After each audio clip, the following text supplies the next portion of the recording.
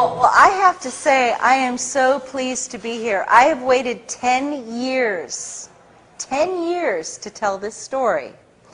I remember after 9/11 when my CIA handler, Richard Fuse, told me that there really wasn't going to be much of a 9/11 investigation. And we were going to try to keep the people calm. That's what he said. We're going to keep them calm. And I said, what do you mean? He said, well, we don't really need them to know everything that we were doing before 9/11. And I said, well, why? What do you think is going to happen when they find out that you didn't tell them the truth? Why don't you just tell them the truth right now? And he said, well, that's not really what they want to do. So I had, I had different ideas. I will tell you straight off the bat that right after 9/11, my CIA handler received a $13 million payoff from the 9/11 investigation that was supposed to be money used for the Iraqi, to secure Iraq's cooperation. And I ended up getting indicted on the Patriot Act. I was the second non-Arab American ever indicted on the Patriot Act after Jose Padilla. And my crime was in opposing terrorism and going to Congress, and I had spoken to the staff of Senator John McCain and Senator Trent Lott, and I had pounded them. I called their chiefs of staff, their legislative directors, and their foreign policy people, and I said, I'm an asset who covered Iraq and Libya at the United Nations, and I have a story to tell, and you need to hear what I have to say.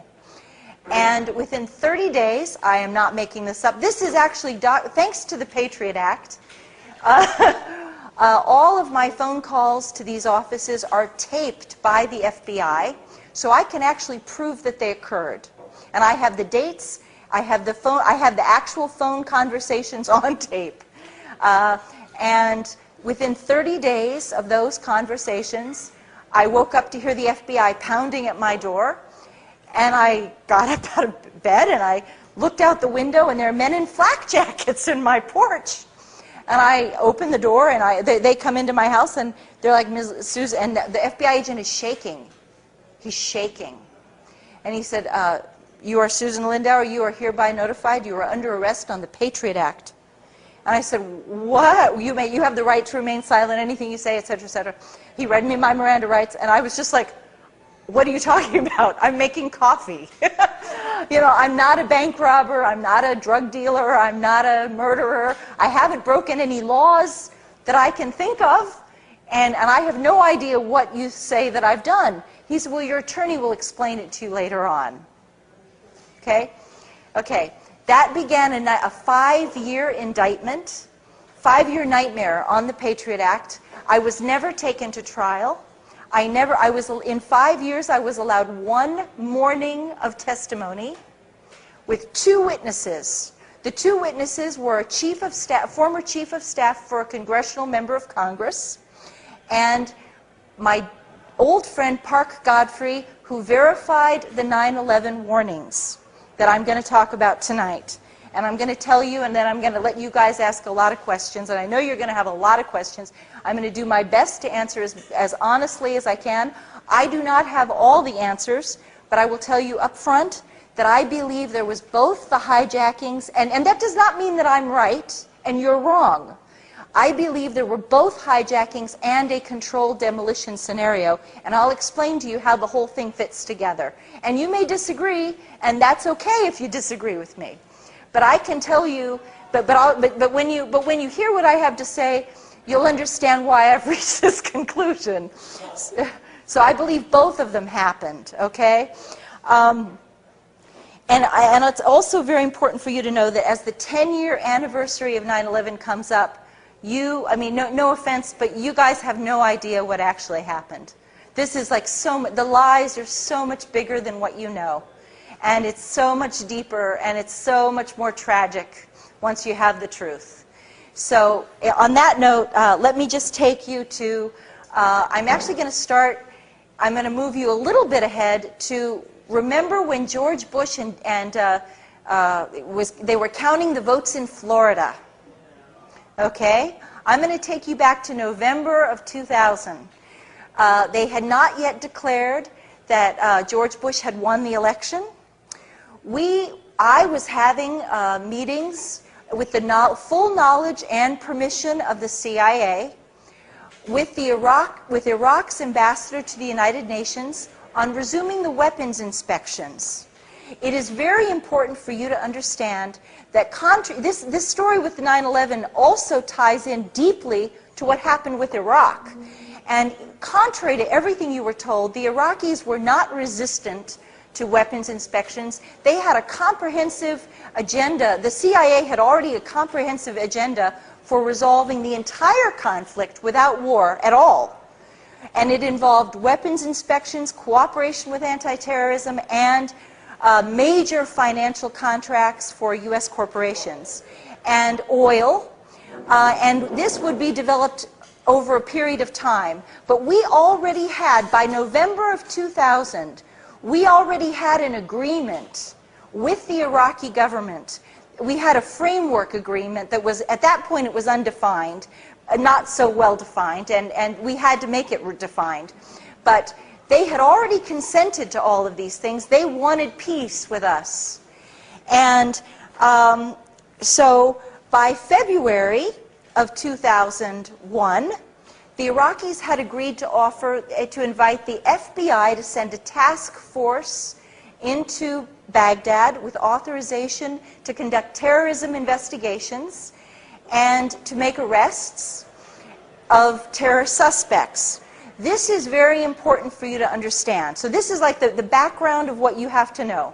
Okay, in April of 2001, I was summoned to this is already happening. The Comprehensive Peace Framework, those discussions are already underway.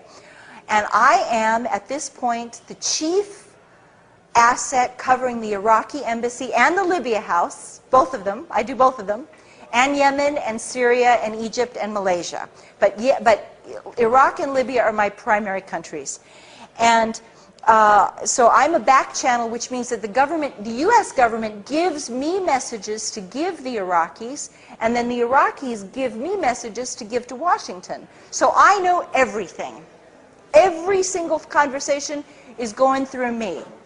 And I can tell you that in April of 2001, I was summoned to my CIA handler, Dr. Richard Fuse, and he said he had a message for me to deliver to New York at the earliest possible convenience. And the message was this: we are looking for information on a conspiracy to hijack airplanes.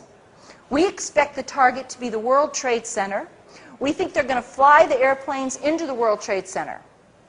And we want the Iraqis to provide it's called actionable intelligence. Actionable intelligence is a name, an airport hub, a flight number, something that's going to help us identify who they are, where they're meeting, what their nationalities are, anything like this. And he says, he gives me a message, and he says, we want this information, and I want you to tell the Iraqis that if they fail to give us this information, and if it is later determined that they knew the information and they did not give it to us, then the United States is prepared to go to war with Iraq.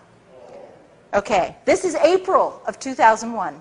Well, I went up to New York, and we were in the middle of these great negotiations. We already had an invitation. From February of 2001, we had an invitation for the FBI to come to Baghdad. So I go up to New York. I'm very pleasant. I'm very polite. There's no reason to be nasty with these people. They want peace.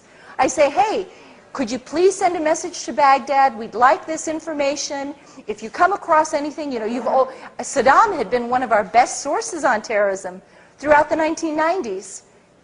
Iraq hated terrorism because they believed that they hated Islamic jihadis. He did.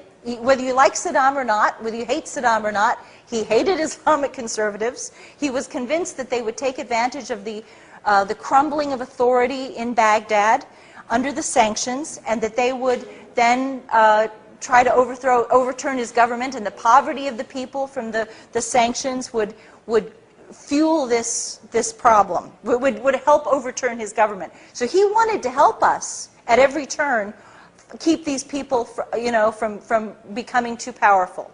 Okay, and so we knew this. So when I go to New York in April of 2001, I'm very friendly, and I say, hey, look, could you send the message to Baghdad? Let them know we're looking for this. Thanks. And the message from the Iraqis in April of 2001 is, hey, send the FBI. We've already agreed to send